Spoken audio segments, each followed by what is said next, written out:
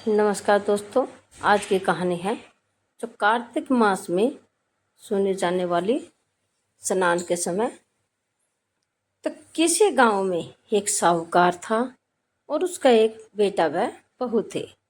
बहू कार्तिक मास में रोज सवेरे उठकर गंगा स्नान के लिए जाती थी।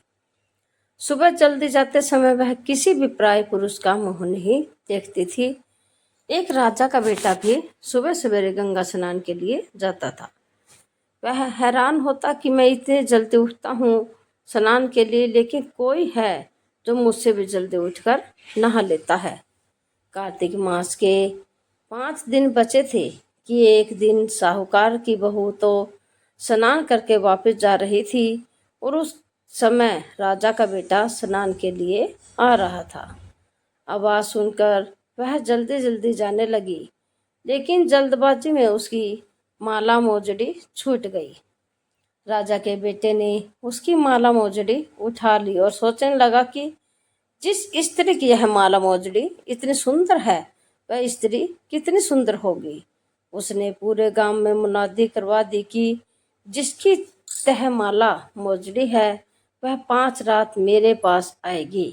साहूकार के बेटे की बहू ने कहलवा दिया कि मैं 5 रात आऊंगी, लेकिन किसी को साख भरने बैठा देना। राजा के बेटे ने एक तोते को पिंजरे में बंद कर गंगा किनारे पेड़ पर टांग दिया। बहू सुबह के समय आई, पहली पैड़ी पर पैर रखा और बोली, हे कार्तिक के ठाकुर राई दामोदर, पांचों पांडु छठे नारायण, भीख हम राजा उस पापी को नींद आ जाई। राजा के बेटे को नींद आ गई। बहू नहा धोकर चलने लगी तो तोते से बोली, सुबह सुबह तेरे गल डालूंगी हीरा, मेरी साख भरियो वीरा। सुबह बोला कि कोई वीर भी साख भरता है क्या? वह फिर बोली, सुबह सुबह सुबह तेरे पग घालूंगी नेवर, साख भरियो मेरे देवर। सुबह ने कहा, ठीक है भाभी, मैं तेरी साख भरूंगा। वह तो कहकर चली गई। राजा का बेटा हड़बड़ा कर उठा और सुबह से पूछा, सुबह सुबह वह आई थी, कैसी थी? सुबह बोला, आभा किसी बिजली, होली किसी छल, केला किसी काम ने गुलाब सा रंग। अगले दिन राजा के बेटे ने सोचा कि आज मैं अपनी अंगुली में चीरा लगाऊंगा, इससे मुझे नींद नहीं आएगी। अगले दिन राजकुमार अंगुली चीर कर लेट गया। वह आई और भगवान से उसी तरह प्रार्थना करने लगी और राजकुमार को फिर नींद आ गई। वह स्नान करके फिर से वापस चली गई। सुबह राजकुमार ने तोते से फिर पूछा कि उसने वही सारी बातें दोहरा दी। अब राजकुमार बोला कि आज रात मैं आंखों में मिर्ची डालकर बैठूंगा। रात में वह मिर्ची डालकर बैठ गया। बहू फिर आई और प्रार्थना की, जिससे उसे फिर से नींद आ गई। राजकुमार ने तोते के से बहू के आने की बात पूछी।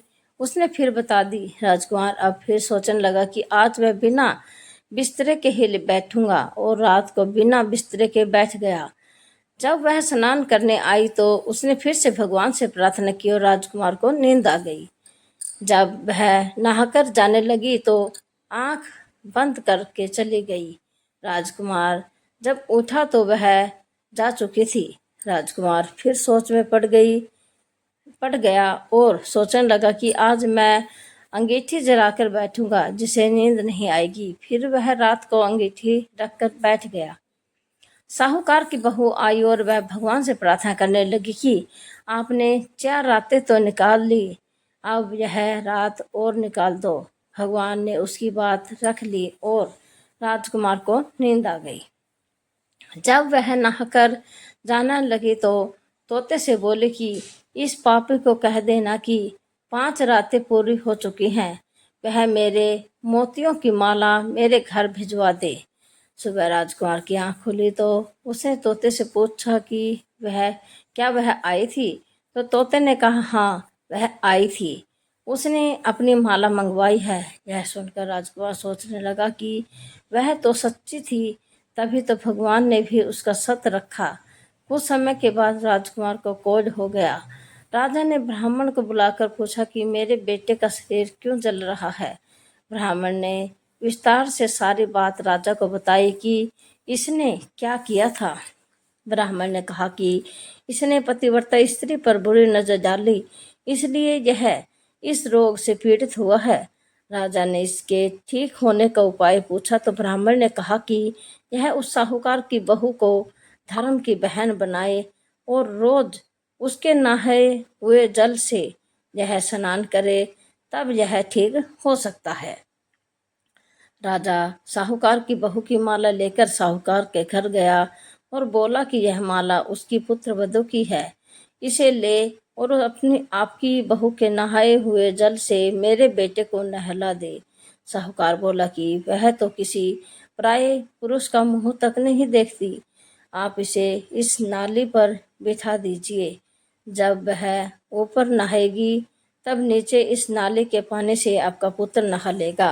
राजकुमार ने ऐसा ही किया और कुछ समय बाद उसका शरीर चंदन सा हो गया।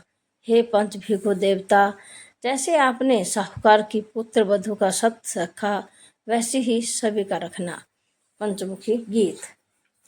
पुनो नहाई पड़वा नहाई, 5 रतन पंच तीर्थ पंच भीखम नहाई। 1 टका मेरी गांठ में सुनियो रघुराई, आधे का लाई आंवला आधे की राई।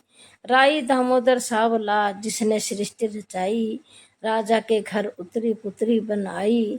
राजा लाया ब्याह के रानी बन आई, 4 चक्कर 4 मकर 4 दिए की लो। मैं तुझसे पूछूं श्री कृष्ण जी, कब निस्तारा होए, जब आएगा कार्तिक का महीना तब निस्तारा होए। ऐसी ही धार्मिक कहानियों के लिए आप हमारे चैनल को लाइक करें, शेयर करें, सब्सक्राइब करें।